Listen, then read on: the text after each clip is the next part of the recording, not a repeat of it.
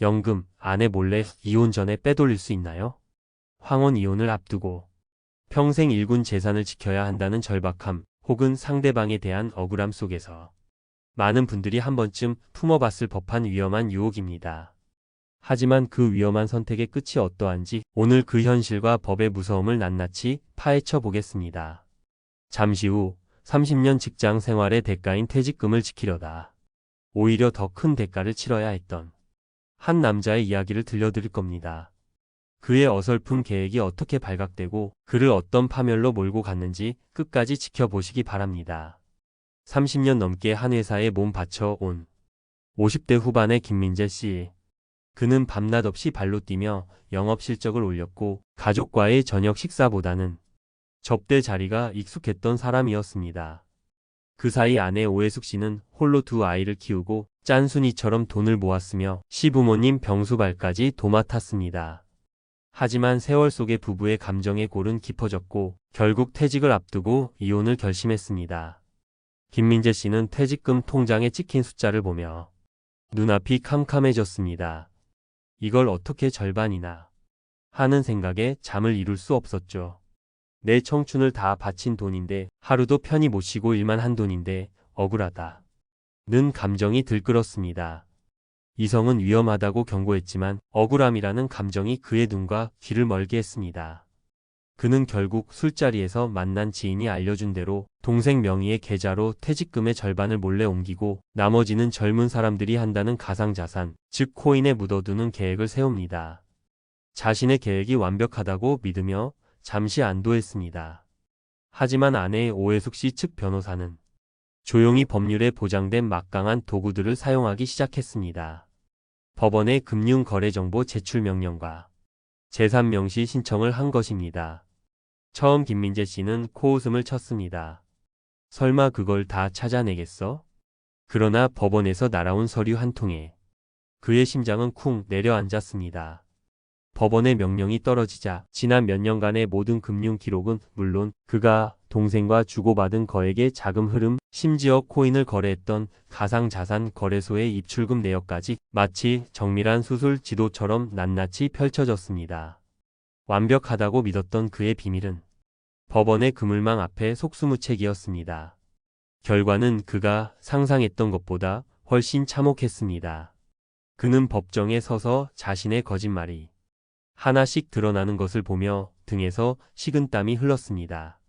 법원은 당연히 은닉을 시도했던 재산을 모두 찾아내어 분할 대상에 포함시켰습니다. 하지만 여기서 끝이 아니었습니다. 재판부는 그의 재산 은닉 시도를 악의적이고 불성실한 태도로 판단, 아내의 오해숙 씨가 겪었을 정신적 고통을 고려해 위자료 액수를 오히려 증액했습니다. 무엇보다 그를 공포에 떨게 한 것은 법원의 허위로 재산 목록을 제출한 행위 자체가 5년 이하의 징역 또는 5천만 원 이하의 벌금에 처해질 수 있는 명백한 범죄라는 사실이었습니다.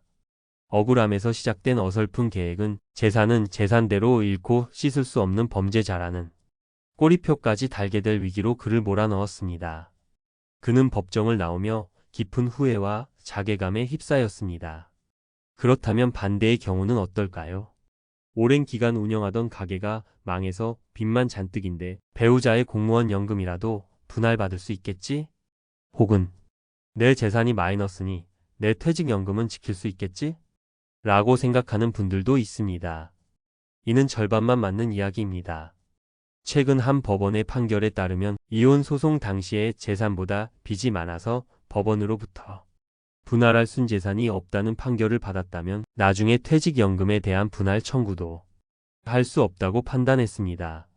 즉, 이혼 시점에 부부 공동의 재산을 모두 정산하여 순재산이 마이너스 이미 확정되었다면 연금 역시 이미 그 계산에 포함된 것으로 보아 분할 대상에서 제외될 수 있다는 것입니다. 이는 매우 중요한 판례이므로 꼭 기억해 두셔야 합니다.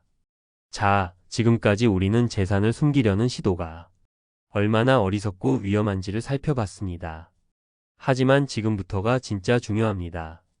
재산을 숨기지 않더라도 더 많은 분들이 빠지는 결정적인 함정이 있기 때문입니다.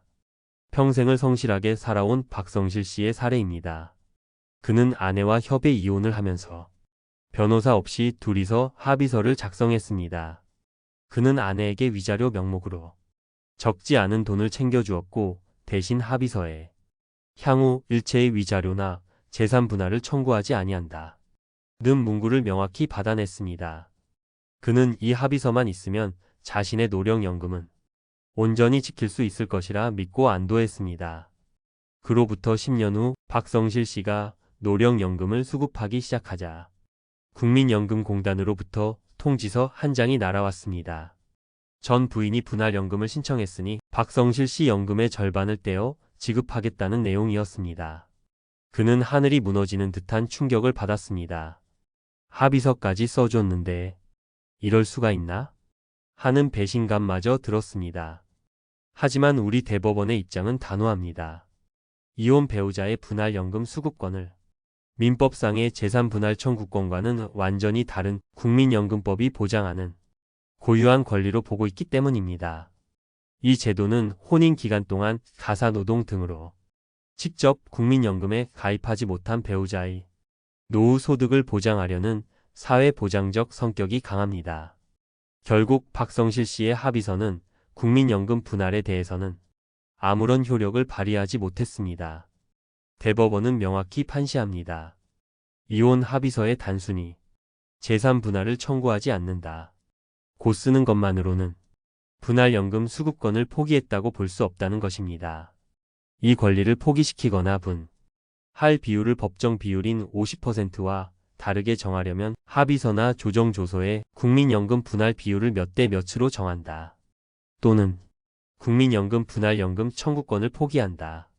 고 명확하고 구체적으로 마치 계약서처럼 한 글자도 틀리지 않고 기재해야만 법적 효력을 인정받을 수 있습니다. 참고로 이 분할연금은 몇 가지 요건을 충족하면 신청이 가능합니다. 전 배우자와의 법률혼 기간이 5년 이상이어야 하고 전 배우자가 노령연금을 받고 있어야 하며 신청자 본인도 분할연금 지급 개시 연령에 도달해야 합니다. 이 요건이 충족되면 이혼한 지 10년, 20년이 지났더라도 상관없이 연금을 분할해서 받을 수 있는 겁니다. 여러분이라면 이 상황에서 어떤 선택을 하셨을 것 같나요?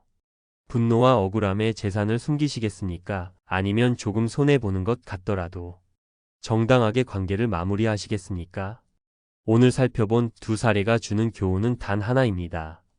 연금을 포함한 재산을 몰래 지키려는 꼼수는 결국 실패하며 더 큰 화를 부르고 어설픈 합의는 미래에 더 큰 분쟁을 낳을 뿐이라는 사실입니다. 진정한 대비의 첫걸음은 재산을 감추는 것이 아니라 혼인 기간 동안 함께 쌓아온 공동의 재산임을 인정하고 투명하게 공개하여 정당하게 협의하는 자세에서 시작됩니다. 그렇다면 어떻게 준비해야 할까요? 세 가지만 기억하십시오. 첫째, 테이블 위에 모든 카드를 올려놓는다는 심정으로 재산을 정리해야 합니다. 이혼 시 재산 분할 대상이 되는 연금은 국민연금뿐만이 아닙니다. 공무원연금, 사학연금, 군인연금 같은 특수직이역연금은 물론 퇴직연금과 개인형 퇴직연금까지 분할 대상에 포함될 수 있습니다. 본인이 가입한 모든 연금의 종류와 현재 가치를 정확히 파악하는 것이 우선입니다. 둘째, 기여도를 냉정하게 평가하고 협상에 임해야 합니다. 김민재 씨처럼 자신의 희생만 생각해서는 안 됩니다. 법원은 혼인 기간, 자녀 양육, 가사노동, 내조 등을 종합적으로 고려해 분할 비율을 결정합니다. 따라서 배우자의 기여를 존중하되 본인의 특유 재산이나 혼인 전 형성 재산에 대한 기여는 합리적인 금융 자료를 통해 이성적으로 주장하고 협의하는 지혜가 필요합니다. 감정적인 대응은 협상을 더 어렵게 만들 뿐입니다. 셋째, 합의서 작성은 반드시 전문가의 도움을 받으십시오. 박성실 씨가 뼈저리게 후회했듯 어설프게 작성한 합의서는 나중에 더 큰 분쟁의 씨앗이 될 수 있습니다. 특히 국민연금 분할처럼 법적으로 고유한 권리에 대해서는 반드시 그 내용을 명시적으로 기재해야 합니다. 비용을 아끼려다 더 큰 것을 잃을 수 있습니다. 배우자 몰래 연금 빼돌리기. 이는 억울한 마음에 기댄 달콤한 유혹처럼 들릴지 모르지만 그 끝에는 법적 처벌과 늘어난 배상, 그리고 회복할 수 없는 관계의 파탄과 자기 혐 오만이 기다리고 있습니다. 이혼이라는 힘든 과정을 겪고 있다면 꼼수로 재산을 지키려 애쓰기보다 정직하고 투명하게 지난 세월을 정리하는 것이 중요합니다. 그것이 비록 당장은 고통스럽더라도 각자의 인생 이막을 떳떳하고 건강하게 시작할 수 있는 유일한 길임을 명심해야 합니다. 재산 분할의 고통은 누구에게나 살을 애는 듯한 일입니다. 하지만 그 과정에서 스스로의 존엄을 해치고 법을 어기는 어리석은 선택을 해서는 안 됩니다. 오늘 드린 조언들이 힘든 시기를 지나는 여러분들께 감정에 휩쓸린 잘못된 선택을 피하고 현명하게 미래를 준비하는데 작은 등불이 되기를 진심으로 바랍니다. 정직한 마무리가 당신의 존엄한 노후를 위한 진정한 첫걸음입니다. 오늘 내용이 여러분의 삶에 작은 지혜가 되었다면 구독과 좋아요로 응원해 주시기 바랍니다. 그리고 비슷한 고민을 하고 계신 분이 있다면 여러분의 경험과 지혜를 댓글로 나눠주십시오. 여러분의 이야기가 누군가에게는 큰 힘이 될 수 있습니다. 감사합니다.